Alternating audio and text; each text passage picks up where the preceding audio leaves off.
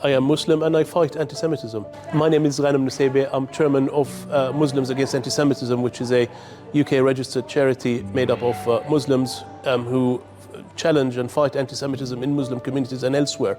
I believe as a Muslim it's important to challenge anti-Semitism that's been growing, particularly in Muslim communities, based on total misunderstanding of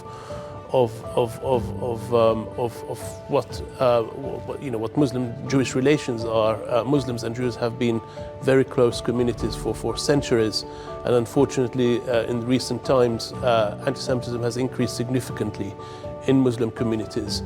There are understandable reasons for political differences between various communities, but that is no justification for the ever-increasing anti-Semitism we see in Muslim communities and other communities. And that's what, as Muslims Against Anti-Semitism, we try to do, to fight anti-Semitism in Muslim communities and highlight the similarities and overlap of interest between Jews and Muslims in the Middle East and across the world, and establish strong relations between those two communities who are ultimately allies and should be working together more closely in all fields. How you got to this field? I've been working in interfaith work between Muslims and Jews, between Muslims and other communities from really university times, and Muslim-Jewish relations have particularly been ignored, I should say, in interfaith work. So we gradually started working with our Jewish partners in the UK, in Israel and elsewhere. And I found there's a great deal of interest from Muslim communities as well to reconnect, I should say, rather than connect with Jewish communities. And it just organically grew. Obviously we have challenges that sometimes we face, but the important thing is to keep going forward. Challenges, if I may ask?